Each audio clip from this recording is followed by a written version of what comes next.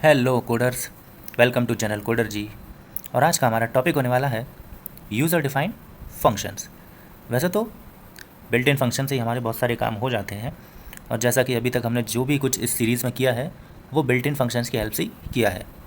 But her programming language की तरह यहाँ पे भी हमें कस्टम फंक्शंस बनाने की आज़ादी है, तो उसका यूज़ करके हम फंक्शंस डिफ़ाइन कर सकते हैं और उन्हें कॉल कर सकते हैं, उनके हिसाब से अपने काम करा सकते हैं, यानी कि मॉडिफिकेशंस अलाउड है।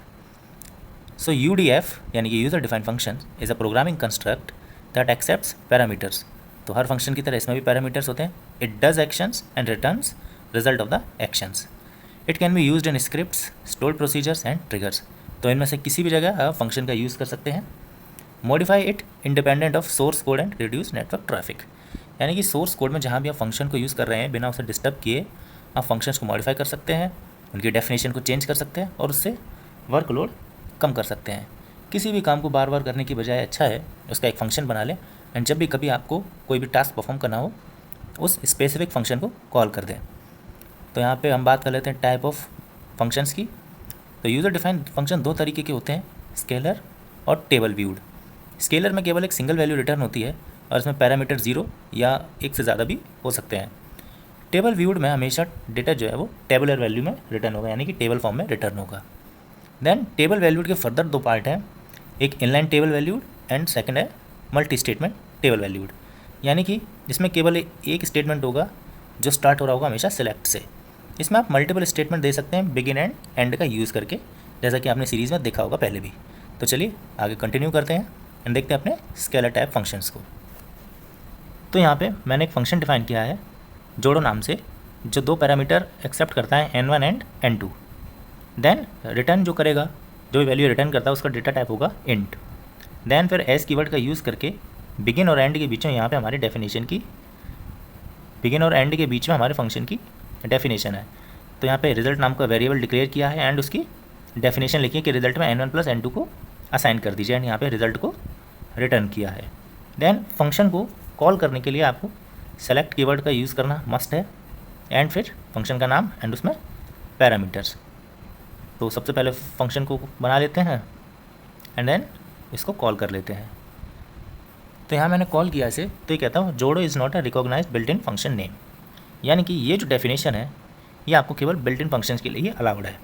अगर आपको यूज़र डिफाइंड फंक्शन यूज़ करने हैं तो आपको इस टेबल का स्कीमा भी लगेगा, इस फंक्शन का स्कीमा आपको देना पड़ेगा। तो सेलेक्ट DBO डॉट, जब आप फंक्शन का नाम लिखेंगे तब ये फंक्शन रन हो जाएगा। तो देखेंगे आपको मुझे रिटर्न वैल्यू 6 मिली है। अब अगर इसमें मैं कोई पैरामीटर पास नहीं करता तो ये मुझे एरर थ्रो कर देगा, इनसफिशिएंट नंबर ऑफ आर्ग्यूमेंट्स। तो इस तरीके से हमारा स्केलर वैल्यू और सिंगल वैल्यू फंक्शन हमने डिफाइन कर लिया। यहाँ पे वैल्यू मुझे देखिए एक और बार 104 मिल गई। अब बात करते हैं हमारे टेबुलर वैल्यूड फंक्शन की। तो टेबुलर वैल्यू फंक्शन में हमें जो भी रिजल्ट है वो टेबल की फॉर्म में मिलेगा। तो यहाँ पे एक फंक्शन डिफाइंड है गेट डेटा, और ये जो टोटल हमें रिटर्न करेगा वो एक इन टाइप का पैरामीटर लेगा। देन रिटर्न्स करेगा यहाँ पे टेबल। तो एस फंक्शन के अंदर फिर से यहाँ पे डिफाइंड है कि मुझे एक टेबल से उन लोगों की सैलरी ला के दो जिनकी सैलरी टोटल से ग्रेटर है, एंड यहाँ पर मैंने ये वैल्यू एक पास की हुई है। तो चलिए इसे भी एग्जीक्यूट करके देखते हैं। तो यहाँ पे मुझे एक एरर मिला है, can not find either column DBO और यूज़र डिफाइंड फंक्शन दिस और द नेम इज़ एम्बिगियस। अब आपने देखा था कि जब मैं इस कमांड का यूज़ करता हूँ तो मुझे केवल एक सिंगल वैल्यू मिलती है, बट मुझे यहाँ पे टेबुलर फॉर्म में डेटा चाहिए, यानी कि मुझे यहाँ पे यूज़ करना पड़ेगा एस्टरिस्क देन फ्रॉम। अब इस चीज़ को मैं अगर एग्जीक्यूट करता हूँ तो मुझे देखेंगे आप डेटा मिल चुका है। तो ये था हमारा टेबुलर फॉर्म का फंक्शन। तो अब देख लेते हैं हमारे मल्टी स्टेटमेंट टेबल वैल्यूड को। तो सबसे पहले यहाँ पे एक टेबल ली हुई है एम्प्लॉयज़ नाम की, जिसमें कुछ वैल्यूज़ हैं।